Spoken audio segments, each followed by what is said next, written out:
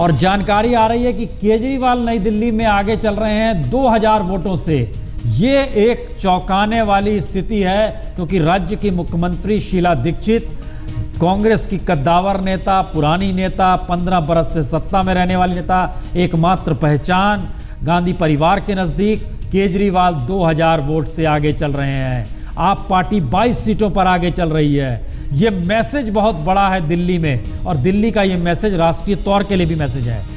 शशि शेखर जी, इसको किस रूप में लिया जाए? उससे पहले एक प्रतिक्रिया हम आपसे चाहेंगे जरा सा। केजरीवाल आगे चल रहे हैं, शीला दीक्षित पीछे चल रही है, ये कौन सा मैसेज आपको लगता है? चौंकाने वाला मैसेज है, इसकी अपेक्षा हम लोग नहीं कर सकते। आपने बोला दिल्ली को बड़ा खूबसूरत बना दिया, बहुत शानदार बिल्कुल बना दिया। बिल्कुल, मैं इसे गंभीरता से कह रहा हूँ। ये विचार का प्रश्न आने वाले समय में हो सकता है कि अगर कोई व्यक्ति, कोई पार्टी, कोई सरकार डेवलपमेंट के लगातार काम किए हैं, इसको हर कोई मानता है। हम लोग भी राजनीतिक कार्यकर्ता के नाते कई बार दिल्ली 10-20 साल से आ रहे हैं, लेकिन दिल्ली का जो बदला स्वरूप आज देखते हैं, इसके लिए क्रेडिट शीला दीक्षित को जाता है। आपके पास गाड़ी है तो दिल्ली आपके लिए अच्छी है, पैसा है तो अच्छी है, लेकिन रोजगार के लिए हमारा डेवलपमेंट का इफेक्ट सोसाइटी के उन वर्ग पर भी पड़ा है जो परचेजिंग कैपेसिटी बढ़ा है, उसकी आर्थिक स्थिति संभली है। यहाँ शिक्षा के क्षेत्र में अच्छे काम हुए हैं, रोड अच्छे बने, फ्लाईओवर बने, मेट्रो बना। ये किस शहर में हुआ है? तो अगर हम डेवलपमेंट का काम कर रहे हैं, लोगों को एक राजधानी का शक्ल में दिल्ली को दिखा रहे हैं, इसके बावजूद अगर हमें मैंडेट नहीं मिल रहा है तो हमें ये विचार करना पड़ेगा कि हमें कुछ और भी कदम उठाने की आवश्यकता है। जी शशि शेखर जी,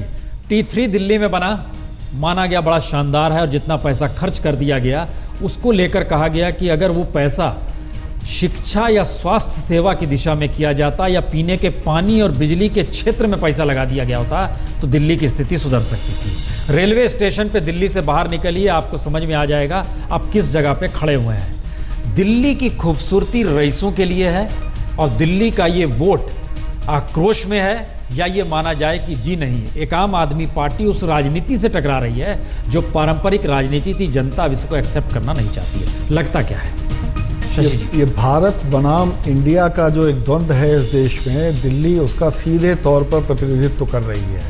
चाहे वो T3 हो, चाहे वो फ्लाईओवर हो, लेकिन यहाँ के आम आदमी को ये लगता है कि दिल्ली सबसे बहुत कुछ होने के बावजूद जहाँ तक पहुँचना था वहाँ नहीं पहुँची। दूसरी बात, एक असंतोष हो रहा है, कितने मंत्री जेल में गए, क्या क्या नहीं हुआ। इस दिल्ली को सुधारने में जिस राष्ट्रमंडल खेलों का बहुत बड़ा योगदान था, तो उस योगदान के बाद उसके नायक का क्या हाल हुआ, कहाँ उनको जाना पड़ा। इन चीज़ों का असर इस इलेक्शन में दिखाई पड़ रहा है। एक बात जो हम बार बार कह रहे हैं जी, कि आपके अभ्युदय को क्या राष्ट्रीय स्तर पर एक बहुत बड़े परिवर्तन के तौर पर देखा जाना चाहिए। मैंने थोड़ी देर पहले असम गण परिषद का उदाहरण दिया था। छात्र राजनीति की कोख से निकले हुए लोग एक संवेदनशील प्रदेश की सत्ता में आ गए थे, उनका क्या हश्र हुआ। छात्र राजनीति की कोख से निकले हुए लालू यादव ने बिहार को इतने साल चलाया, क्या हश्र हुआ। तो आपके सामने सबसे बड़ा संकट यही है कि अब आप काजल की कोठरी के बाहर देते देते आप उस प्रवेश करते हैं, और ये आप पर बहुत बड़ी जिम्मेदारी है कि पार्टी को एक रखें, पार्टी को अपने सिद्धांतों के आधार पर बनाकर रखें, और आने वाले दिनों में ये बताएं कि आप काजल की कोठरी में भी उजले खड़े रह सकते हैं। इस जिम्मेदारी का इनको निर्वाह करना होगा, नहीं तो एक बार फिर ये उगते हुए सपनों के टूटने की दास्तान हो जाएगी। यकीनन। और ये बता दें, हम जयपुर जाने वाले हैं, लेकिन उससे पहले दिल्ली की जानकारी खाली दे दें। बीजेपी 30 सीटों पर आगे चल रही है, बहुमत के लिए 35 सीट चाहिए, लेकिन 65 सीटों के रुझान आ गए हैं। बाकी 5 सीट अगर चली जाए तो बहुमत। आम आदमी पार्टी ने जबरदस्त सफलता हासिल की है। खुद अरविंद केजरीवाल नई दिल्ली में आगे चल रहे हैं।